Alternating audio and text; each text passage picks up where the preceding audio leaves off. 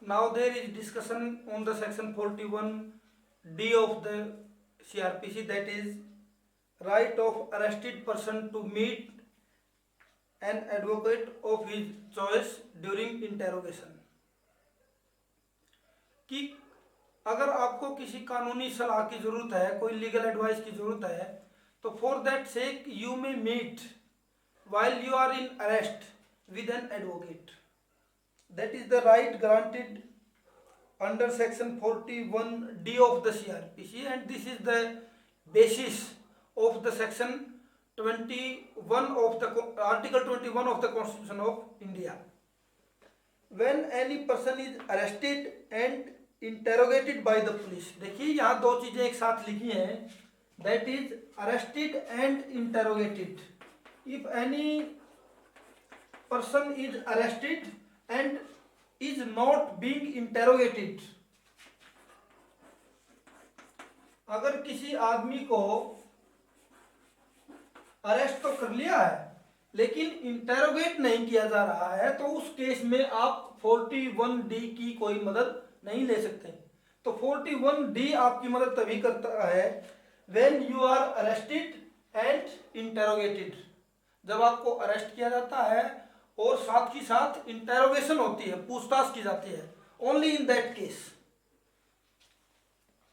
when any person is arrested and interrogated by the police, he shall be entitled, it shall be the right of the arrested person to meet an advocate of his choice during interrogation. यहां लिखा है during interrogation, पूछताछ के दौरान, interrogation के दौरान, but not throughout interrogation. इन दोनों चीजों में अंतर है. और अंतर क्या है कि इंटरोगेशन, जब तक आपकी इंटरोगेशन चल रही है उस दौरान किसी भी समय आप अपनी मर्जी के किसी एडवोकेट से मिल सकते हैं.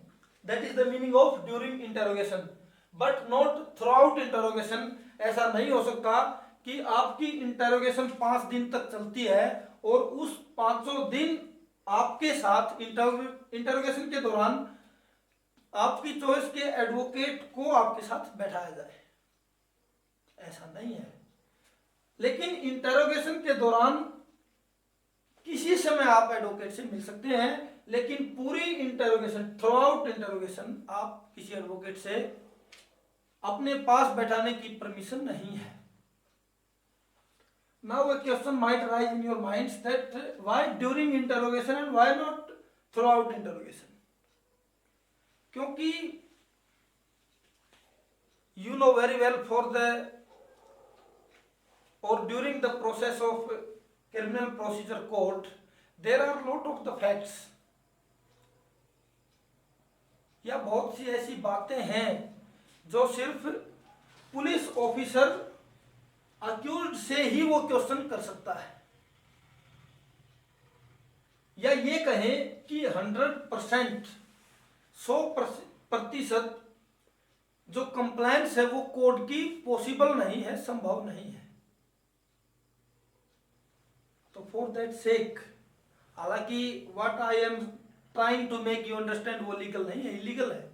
हम जो आपको बताने का प्रयास कर रहे हैं वो आंसर लीगल नहीं है. ऐसा कहना कि compliance with the code 100% is not possible, ये गलत है. लेकिन यहां ड्यूरिंग इंटरोगेशन और नॉट थ्रू आउट इंटरोगेशन लिखने का कारण, सच्चाई यही है कि इसी कारण से ही लिखा गया है कि 100% compliance of the code is not possible. For that sake we have written during interrogation and not throughout interrogation. But keep one thing in mind, when a person is arrested and interrogated, such questions might be asked in competitive exams.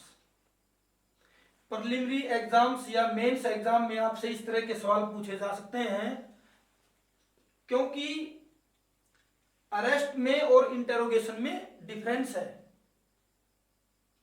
This question might be asked in mains exam as well, क्योंकि वो आपसे पूछ सकते हैं कि when the right of 41D may be exercised by the accused during arrest or during interrogation. इनमें से एक में से किसी भी में नहीं, बल्कि both should be at one time, that is arrest and interrogation simultaneously. Only in that case. I think we have discussed section 41D of the CRPC fully. Enjoy the lecture. Thank you.